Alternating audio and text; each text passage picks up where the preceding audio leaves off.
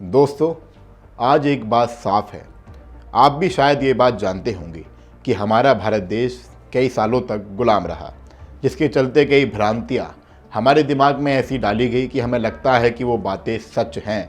एक ऐसी भ्रांति है कि अगर कला के मामलों का जिक्र होगा तो मुग़ल बादशाहों को कोई नहीं पछाड़ पाएगा।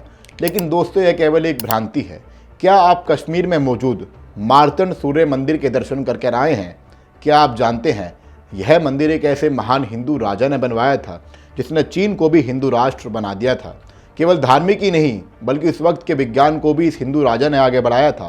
दोस्तों, अगर मुस्लिम राजा सिकंदर शाह मीरी ने भव्य सूर्य मार्तंड मंदिर को ना तोड़ा होता तो इतिहास शायद कुछ और ही होता।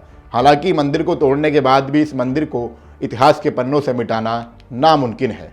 जी हाँ, आप सभी का स्वागत है आपके अपने सनातन धर्म व राष्ट्रवाद से जुड़े चैनल दी कर्मा पर। और मैं सनी राठी आज आपको सुनाने वाला हूं हमारे कश्मीर के महान राजा ललित आदित्य मुक्तापीड़ का अनकहा इतिहास।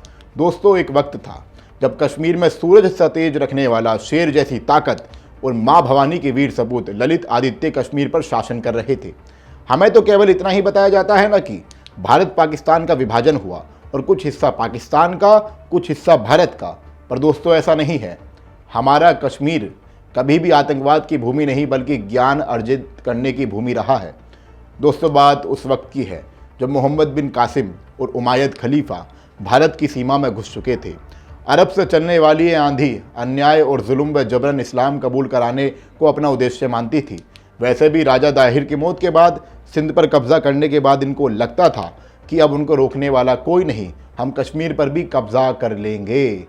दरअसल असली बात तो यह है दोस्तों, कश्मीर वो ज्ञान का केंद्र था जहाँ पर लोग दूर दूर से आकर आध्यात्मिक शिक्षा लेते थे, क्योंकि उस दौर में महान आदि शंकराचार्य ने अपनी साधना से कश्मीर को आध्यात्मिकता की पवित्र भूमि बना दिया था। ये बात कहीं ना कहीं उमायद खलीफा को तो खलती ही होगी, क्योंकि वो जानता था भारतीयों के पास ऐसा ज्ञान है, अगर उस ज्ञान को नष्ट नहीं करा तो इनको गुलाम नहीं बनाया जा सकता है। इसलिए अरब की सेना कश्मीर की ओर हमला बोल देती है। पर यह भूल जाती है कि कश्मीर की सीमा की सुरक्षा करने वाले ललित आदित्य इतनी आसानी से झुकने वाले नहीं थे, क्योंकि ललित आदित्य बड़े ही प्रतापी राजा थे। जब अरब खलीफा की सेना और राजा ललित आदित्य के बीच युद्ध होता है, इस युद्ध का नाम कश्मीर अरब युद्ध है। ऐतिहासिक किताबों में तो युद्ध के दौरान बताया गया था। उमायद खलीफा की सेना राजा ललित आदित्य की युद्ध कला देखकर थरथर काँप रही थी। और हमारे वीर राजा से हारने के बाद अरब खलीफा दोबारा कश्मीर पर कदम जमाने की हिम्मत नहीं बना पाए। अब आगे की कहानी और भी दिलचस्प है। उन्होंने मध्य एशियाई अभियान में तुर्क जनजातियों को तगड़ा सबक सिखाकर भारत की सीमा को और मजबूत कर दिया था। यहाँ तक कि तिब्बती सेनाओं को भी भगा भगा कर महान राजा ललित आदित्य ने हराया था। लेकिन काबुल के रास्ते तुर्किस्तान पर भी उन्होंने भगवा झंडा लहरा दिया था। एक और बड़ी बात ये थी दोस्तों, राजा ललित आदित्य केवल युद्ध कला में ही निपुण नहीं थे, वे कला और वास्तुकला के प्रेमी थे। ये जानने के लिए आप उनके द्वारा बनाए गए कई मंदिर देखकर आ सकते हैं, जिनमें से एक सूर्य मार्तंड मंदिर भी है। उन्होंने अपने शासनकाल के दौरान बांध बनाकर भी लोगों के जीवन में बड़ा योगदान दिया था, जो कि इस वक्त की इंजीनियरिंग को दर्शाता है।